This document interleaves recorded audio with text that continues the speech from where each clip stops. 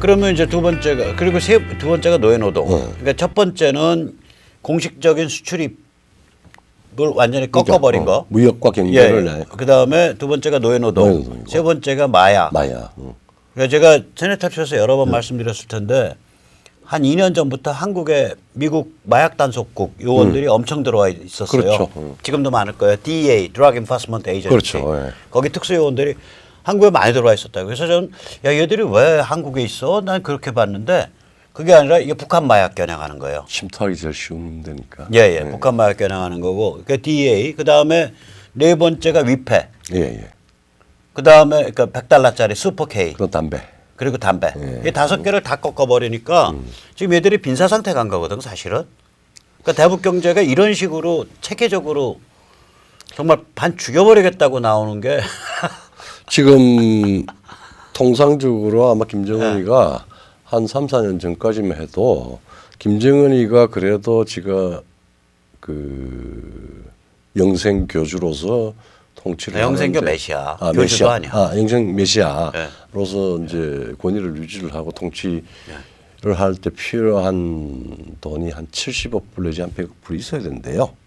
1년에. 예. 근데 외화가 북한이 제대로 좀 돌아가려 그러면. 근데 지금 꼴랑 지금 10몇억 불이죠. 지금 맥시멈 플러스로 한 5억 불까지 지금 떨어졌다는 거예요. 외화벌이가 다 털어서. 지금 이 장고가 잔고가 말고 수출이 10몇 프로로 깎였으니까. 그건 당연히 뭐. 그러니까 이제 아마 10억 달러대도 안 될 거라고. 그렇죠. 북한에 1년에 벌어들이는 외화가. 그럼 이제 그러면 이제 시간이 다가오잖아요. 그렇죠. Time is approaching. 어차피 야생 동물로 살아온 인민도 그 이제 그 타격을 받을 거고. 그다음에 더 치명적인 거는 권력 주변에 돈 벌어주던 친구들. 돈 벌어주는 그다음에 돈 주들 자살한다는 거 아니에요. 자살하죠. 그다음에 자살하고 처형당하고 돈 뺏기고. 그렇게 되는 거예요. 그다음에 그 배급을 그래도 받던 애들. 상류층 애들. 얘들이 이제 입이 대빨만큼 나온 상태가 되는 거예요. 그리고 장사하라고 뭐 마약하고 하라고 하는 외교관들. 뭐 하여튼 여러 가지 비용이 지금 한 10억 불 뭐 잔고가 5억 불이고 들어올 거 뭐 해서 그런 것 같으면은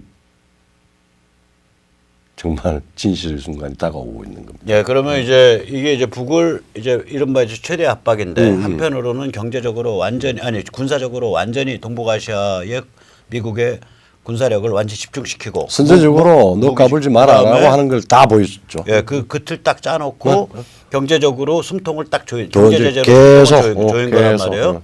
그러면은 이제 하노이를 거치면서 이게 전략적 교살, strategic strangulation, 목 졸라 죽이기로 시즌이 바뀐 거라고 이게. 바뀌죠. 그때 거기다 플러스 유일하게 중국 아주 강력하고 유일한 뒷배인 중국에 대해서 무역 북한에 대한 경제 제재와 플러스 동시에 거의 싱크로나이즈된 타임으로 해가지고 중국의 경제 부분을 말하자면은 사실은 손절매를 하고 있는 거 아니에요?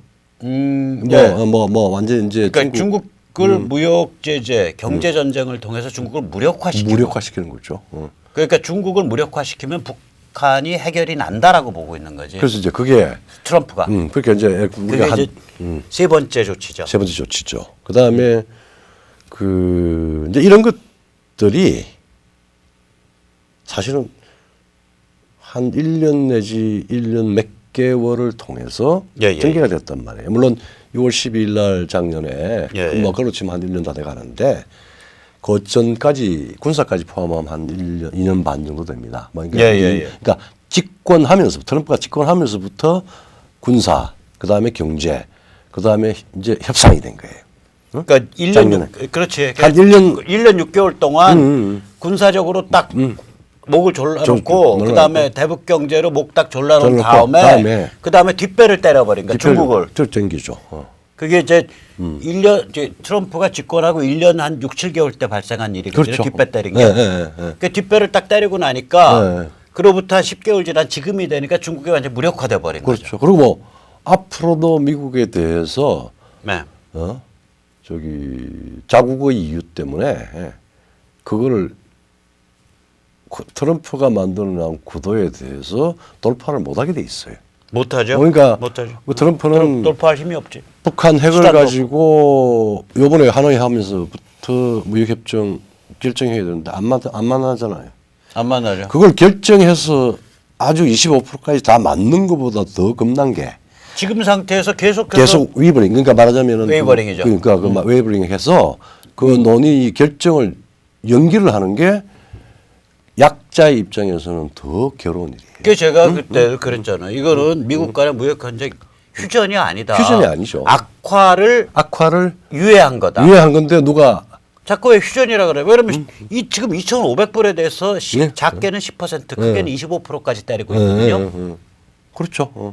그러면 중국 보고 2,500억 달러의 상품군에 대해서는 너 왜 앞으로 비즈니스 하지 마. 네. 이 소리가 지금 계속 매일매일 그다음 그것뿐만이 아니라 관세뿐만이 아니라 두 번째로 뭐냐면 우리가 잘 모르지만 관행 가지고 어마어마하게 지금 시비 걸고 있어요. 그렇죠. 그러니까 그 중국 그러니까 미국 기업에 대해서 외국 기업에 대해서 중국 애들이 너희 그렇죠. 우리한테 물건 팔고 그러려면 너의 설계도 다 내놔, 기술 다 내놔. 그러니까 이 관행을 기술 엄청 기술 탈취를 엄청나게 시비 걸고 있고 세 번째는 뭐냐면 ZT 같은 기업, 첨단 기업에 대해서 미국이 선별적으로 핵심 부품을 공급을 안 하고 있어요. MIT에서 중국 애들 안 받는 것까지 나옵니다. 글쎄 말이야. 그러니까 MIT에 중국 애들이 이번에 올해 한 명도 입학을 못했다는 신규 얘기가 입학을 못했다. 아마 뭐 모르겠어요. 저기 아마 박사과정이겠죠. 예, 박사과정이죠, 당연히. 고급 인력 부분에서는 중국 애들을 국가적으로 막았다라고 하는. 그러니까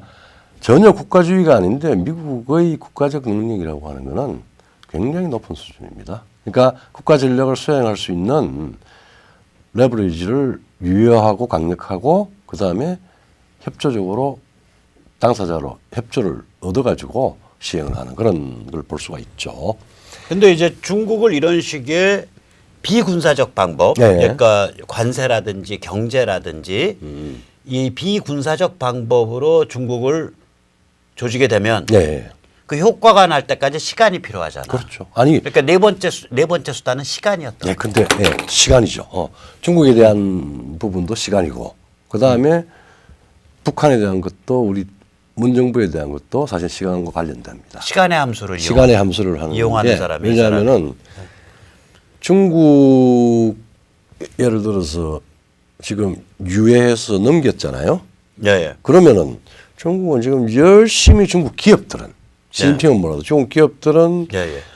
혹시 관세가 폭증할 수도 있으니 네. 빨리빨리 만들어서 지금이라도 빨리 현금을 만들어서 밀어내자 그러면은 이 관세와의 제일 걱정을 했던 게 미국의 물품, 예.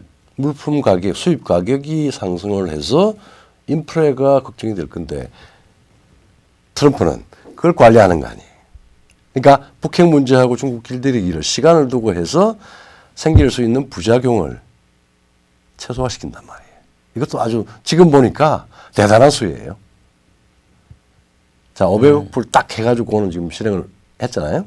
예, 예. 처음에 500불 했지. 그 다음에 2천억 달러 했지. 2천억 달러는 워낙 크기 때문에 상호간에 상당한 말하자면은 데미지가 있을 수가 있어요. 그런데 예. 그걸 갖다가 웨이브링 해가지고 계속 북핵 문제를 가지고 아니 2천억 달러 10% 했어요. 10%는 했고 예, 25%를 하는 거를 지금 계속 늦추고 있지. 늦추고 있고 협상하는데 10%또 안 풀어줘. 그 사이에 예. 그 사이에 말하자면은 예. 하노이에서 너 완전한 비핵화해 WMD까지 포함을 해서 그리고 예. 과거 현재 미래 핵 전체를 다 포기해 거기에다가 플러스 영구적 불능화까지 이야기를 해 이렇게 이야기를 하면서 그게 지금 연계가 돼서 미국하고 미중 간의 무역 협상이 예정이 되었는데 하노이 협상 이후에 그게 지금 언제 열릴지도 모르는 상황으로 계속 웨이브링 되고 있는 거 아니에요. 계속 뒤로 밀어주고 있죠. 그러면은 중국 기업가들은 휴어 이제 약간 안도의 숨을 쉬고 빨리 만들어서 미국으로 물건을 빨아 낼 거 아니에요. 아니 그 시즌 이미 지났어요. 아니 그래도 그 시즌 이미 지났고 그 시즌은 지났고요 이미. 그 10% 관세 정도 되면 이게 타격이 크거든요. 네. 그리고 이 전체 미국이 지금 보여주고 있는 시그널 때문에 예를 들면 요새 이제 애플까지도 예, 예. 그 중국에서 발을 빼서 인도로 옮기는 걸 급속하게 추진하고 있어요. 그게 시간이 좀 제조 필요하죠. 공장을. 네, 그러니까 시간이 필요하니까. 시간이 필요하죠. 근데 뭐냐면 그게 아니라 10% 관세를 가지고 이렇게 때려버리면 그러니까 무슨 일이 발생하고 있냐면 미국 쪽에서 이거는 관세 때문에 물가가 올라요. 네. 피할 수가 없다고. 왜 그러냐면 중국의 경쟁력이 뭐 겉으로는 그러니까 광도질을 했던 뭐든 간에 있으니까 했을 텐데 그렇죠. 그 제품이 멕시코에서 생산된다, 동남아에서 생산된다 그러면 좀 비싸진다고요. 그렇죠. 네. 이게 네. 중국만큼 경쟁력이 네. 없을 수 있으니까 네. 그러면은 이게 이제 그 저거는 못 피해. 근데 뭐냐면 경제가 성장해 버렸잖아요. 뭐 셰일.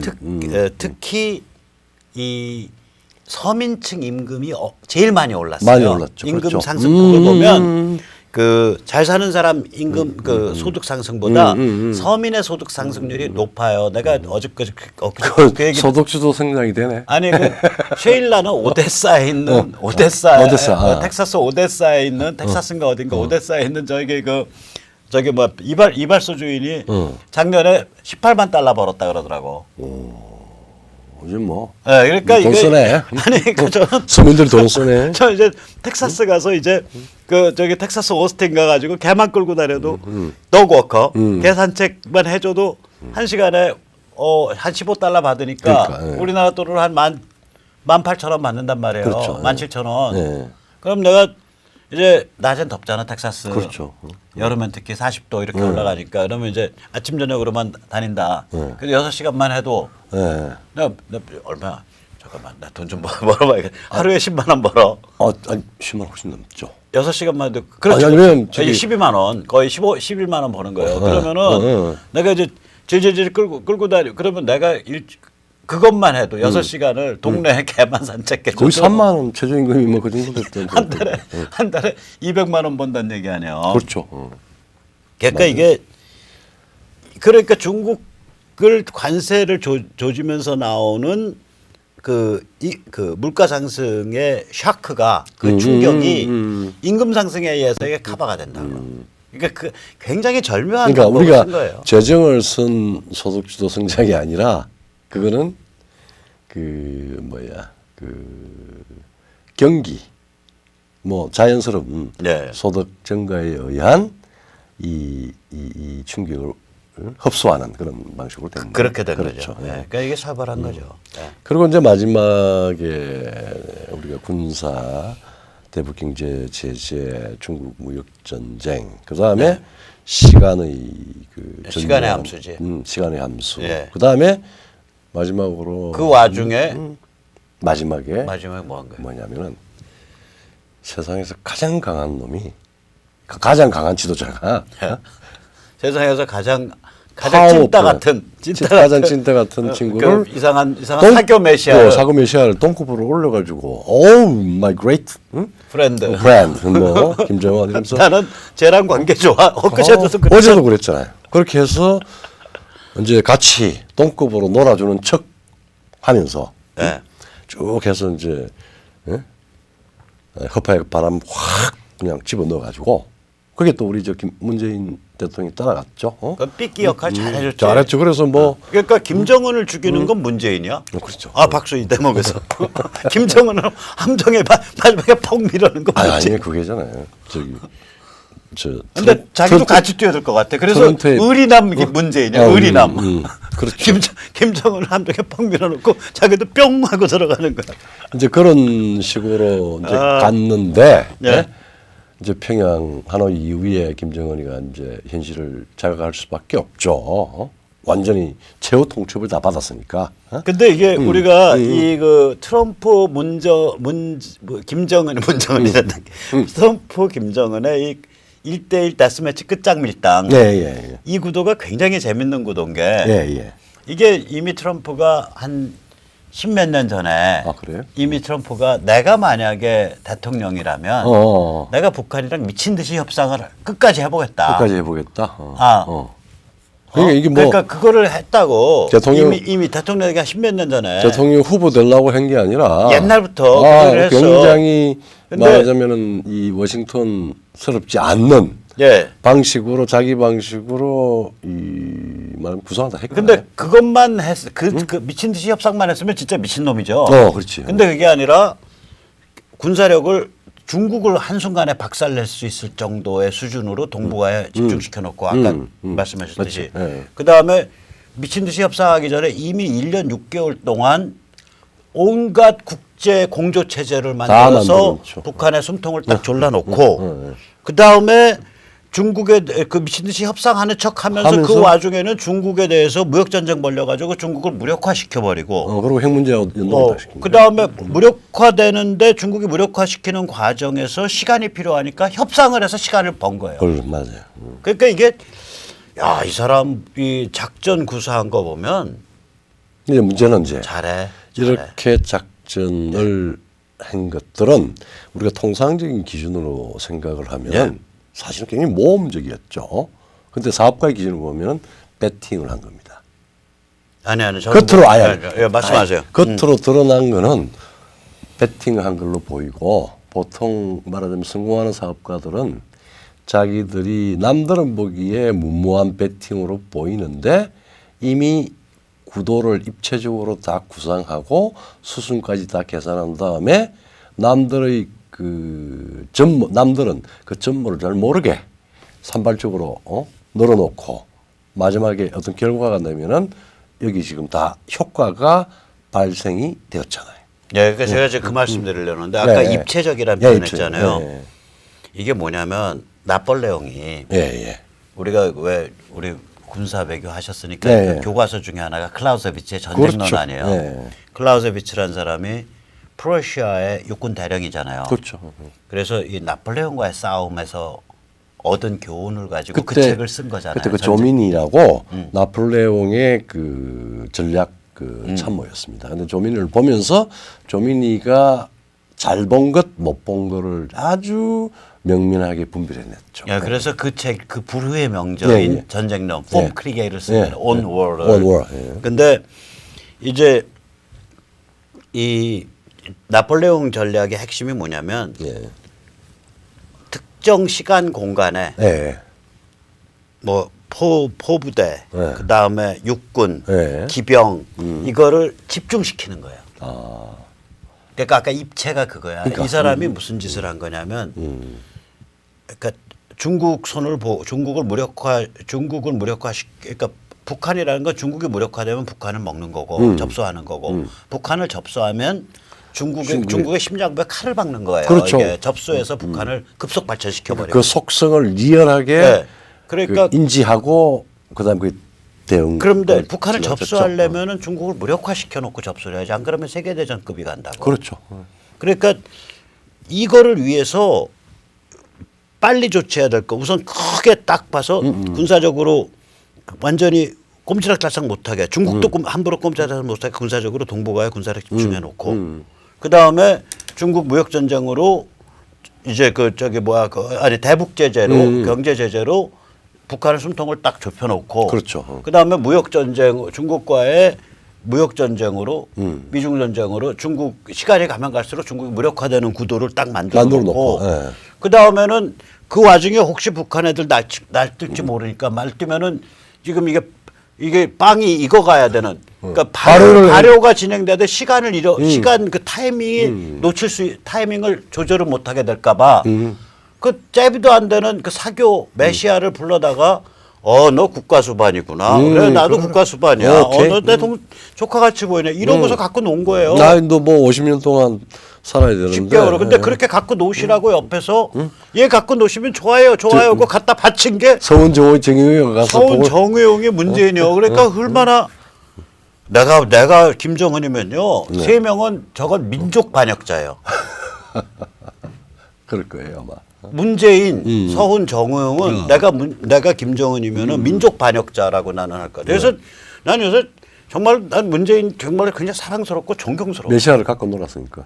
아니 갖고 놀도록 판을 메시아를 삐끼를 해서 그 앞에다가 그 범 아가리에다가 집어넣어 준 거 아니에요. 그렇죠. 트럼프라는 범 아가리에다가. 근데 이제 우리가 웃으면서 이야기를 하는데 이게 정말 그 지금 와서 이제 우리가 간혹 뭐 이야기는 각 개별 지역에서 이야기했지만은 종합적으로 보면은 말하자면 기획되고 그다음에 준비되고 실행된 여러 가지 거대한 군사, 경제, 외교가 시간, 그것이 시간 함수 속에서 그거를 그 포커스를 향해서 쫙 집중시켜서 집중을 시켰고 딱 이제 빵이 어느 정도 익은 거야. 그러니까 하노이 때 딱 털어버린 거야. 딱 털었죠. 딱 털은 거야.